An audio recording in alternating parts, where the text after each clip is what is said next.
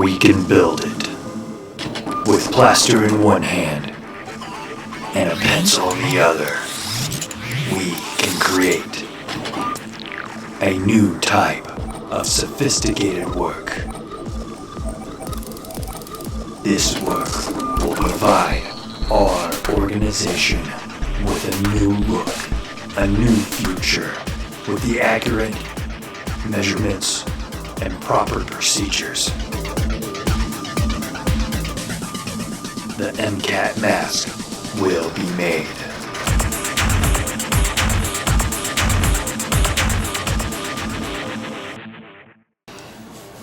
I'm in the process of making a mask for MCAT. It's a mascot mask. And what I'm going to do is make a mask that's going to fit Danny's face. And I'm going to start, the first process that I'm going to do is I'm going to make a cast of his face using plaster of Paris tape, or sculptor's tape as they call it. And I'm going to begin by adding Crisco to his face so it'll facilitate easier removal of the plaster cast mold when I pull it from his face, so it won't hurt his hair. So Dan, explain what's going on. Why are you wearing a bag over yourself?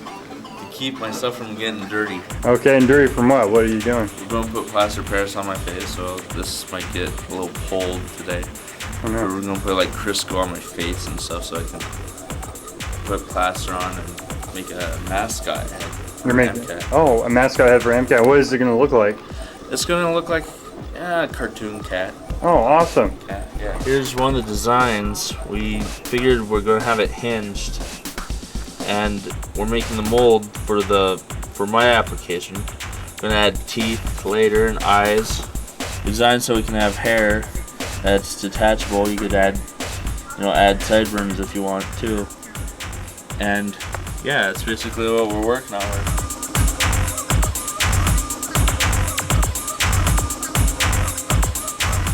A day in the life of Bruno. To do the costume, it took me, I think, a total of like 6 months worth, but I did it kind of spread out over several years. And I made the head and the arms and the part of the tail and the lower part of the legs. And then each year, I think a couple years after that, 2 years in a row, I spend a month just doing little things, fixing, like 3 weeks to a month, fixing things up and upgrading to make it work.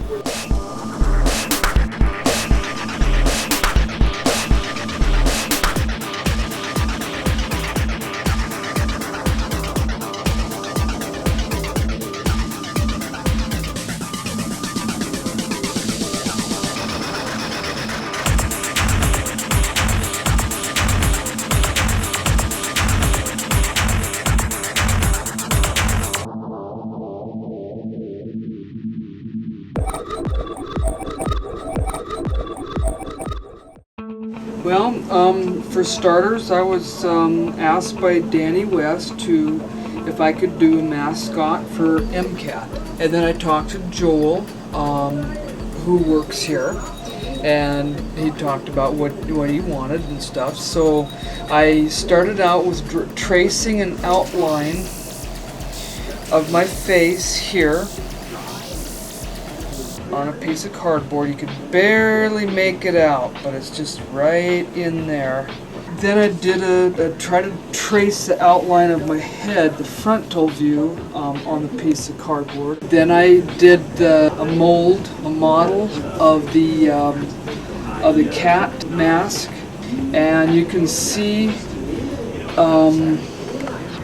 Now, what I did was I added a clay dam all the way around it, and I had this, as you can see, this flange right here. There was a flange that went all the way up here and then around the lips, the whole contour of the lips. And then I also had a clay piece just like this, a flange, that I put right along here, all along the contour of the face. And then what I did, and can't see it really good, but these little holes right here are called keyholes or keys. So that I plan on mixing some plaster. I mixed hydrocal, and then I basically mix it until it got just it started getting just fairly thick. You know, maybe a little, about like a little thinner, like thin pancake syrup. I had to mix it, and it was very watery at first, but then I just let it set just a little bit to where it was a consistency of thin pancake syrup. And then I poured it onto this half of the face, and with that divider that I put on here, it helped to separate the halves, because it's a two-part mold, or actually it's a three-part mold. And I have to have these clay pieces, which I call a clay dam, with keyholes in it, which helps to form that barrier when I pour the plaster on. I will pour the plaster and form it so I have a nice plaster cast of this half of the face, and then when it sets, then I remove that divider, that piece of clay that divides the right half with the left half, and then I would smear this half with Crisco, liberal amounts of Crisco, and so that when I pour this more plaster that I mixed up on this side, the two halves won't stick together, and they basically would come apart. And what I will do next is I'll take these and fit them together, because you see the keyholes, you see how they line up. These holes match up with these bumps, match up with these holes here, and that helps me to line the edges up perfectly, so that when I make a mold, everything fits together very accurately because of these keys. You can see the seam line here. What I would like to do is I could probably fill the seam line with some melted wax or something like that, just to fill it, so that when I pour the mold, when I pour the latex in there, you won't get that little, where you can see the seam line on there. I get a more accurate mold. And so that's where I'm at on this. What I did here was I took pieces of foam rubber, and then I cut the pieces out, and I had to shape them accordingly. Now what I'm going to do, and I numbered each one so that I know where each piece goes. And see, this is R1, this is R2, they fit together like this. And I'm going to carve them to where they fit just right, so they can fit within this mold. And so that when I peel that shell mold off, after I have all these pieces cut or glued together, once I have them all glued together like this, I'm going to glue it down. I'm going to paint this with latex rubber and then lay it down and glue it, let it dry, and all the way, glue it all the way down on all these surfaces to make sure it's fastened tight. And I'm going to do the same thing, because I have the upper mold for the upper face. I'm going to do the same thing with that. And kind of a basic idea here.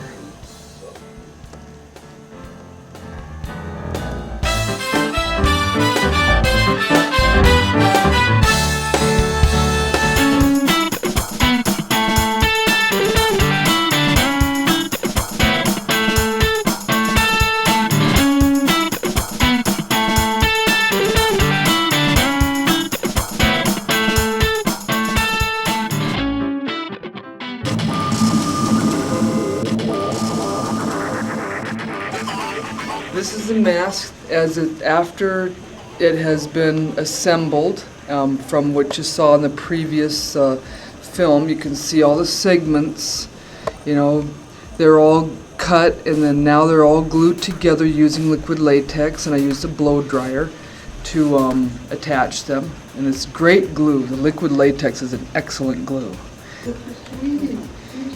The shell mold here, which I put in this plaster cast, I'm going to peel this out, and like this. And I'm not going to remove it all the way because I'm going to put another layer of latex in there. And I'm going to take that shell mold and attach it, lay it over the surface of this, and glue it in place. And I will show how I make this.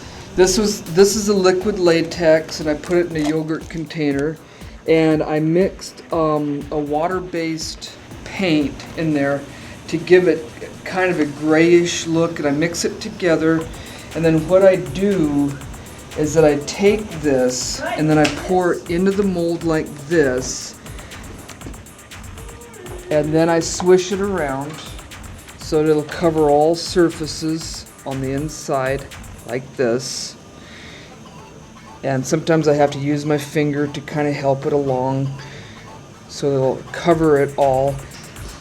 And then I pour this out like this, pour out all the excess. I just let this set, just let it air dry, and sometimes I check on it periodically to make sure I have it, make sure that it doesn't pool in one area, make sure that it coats all the surfaces evenly, or as evenly as I can. And I do the same thing with this. I pour the liquid latex in there, and then I just and I swish it around like this and kind of help it along.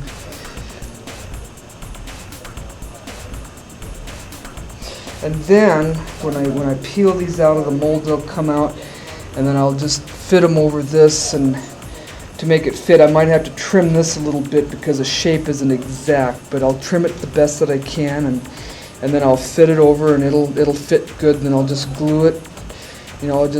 I'll peel it back and glue it where it needs to be and fit it in there, and use a blow dryer to dry the latex.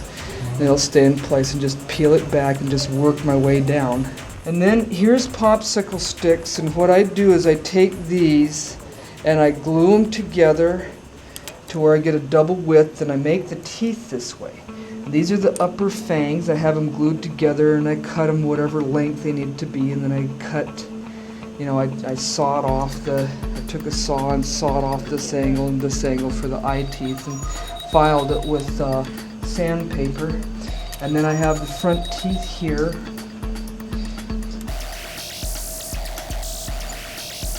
And then what I would do is I would probably take, I'm not sure, I'm kind of guessing on this, but the inside formation here, I might carve it a little bit to make the teeth fit in there, and I would put some paper mache down or cloth mixed with glue down to coat the inside of this, and that would be, I could peel it off, and then I could glue it in place with some type of adhesive. I think maybe what I would do is use Flex Bond. I'd probably use Flex Bond and cheesecloth and build that up, and then I would figure out how to attach the teeth to that. I could probably add like epoxy sculpt directly onto that with the gums and the teeth intact, and then and when it dries, it'll stay in place. It won't come out, so it'll have teeth. And I'll do the same thing with the lower jaw.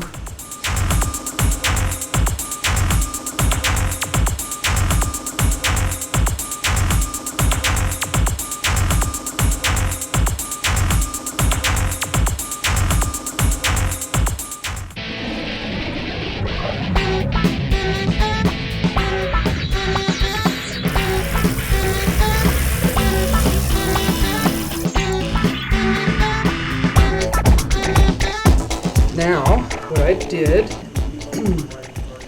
is after I got the teeth done, I made them out of popsicle sticks, which you saw in the previous film footage. And then what I did was I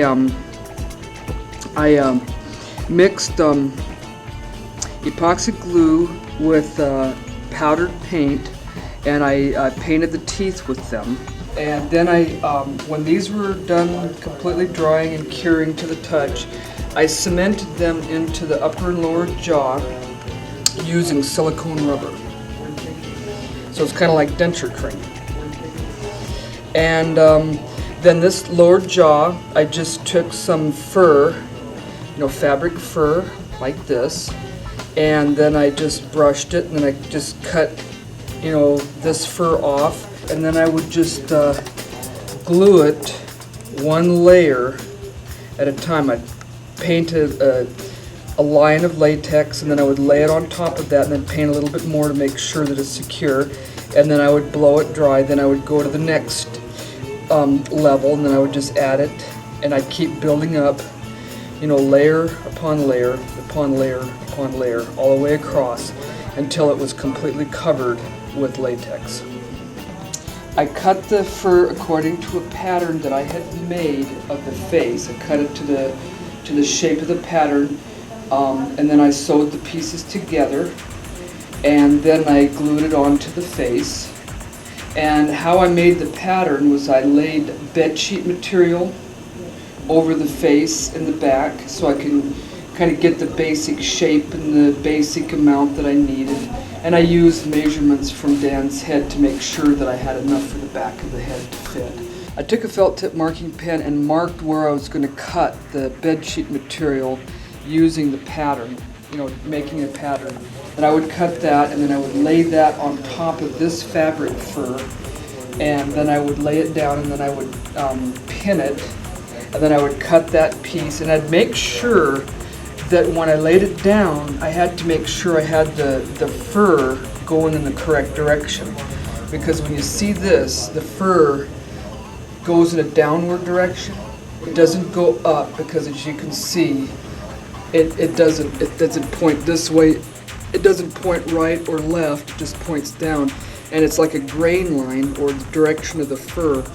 And you have to make sure that when you cut the pattern, you have to allow for that. So you got to think of what direction you want the fur to go, which in this case, around the face, I wanted to kind of go straight back.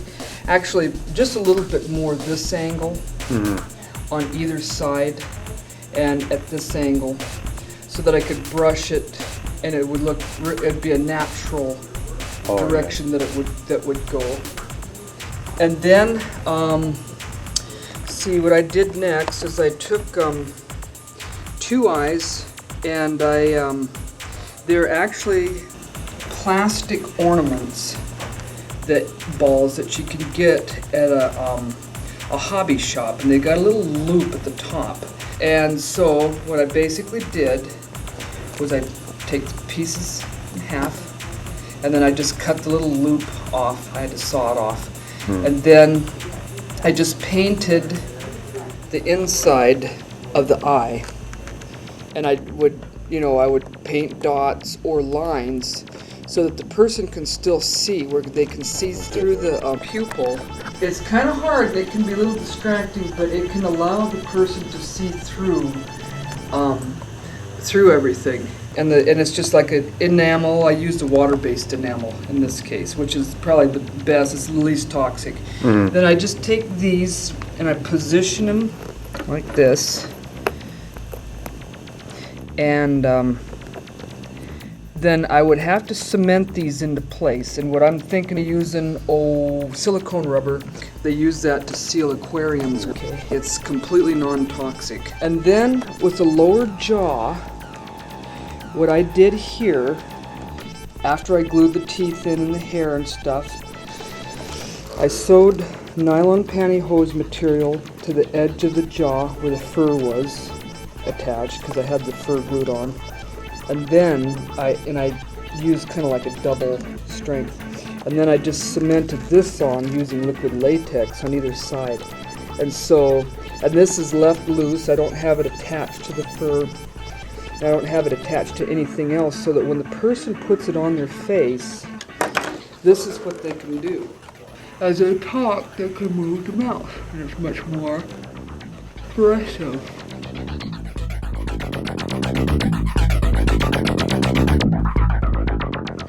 Yeah, they almost have to exaggerate the motion to make the jaw move better. The bigger the mask is, the more you have to exaggerate the movements.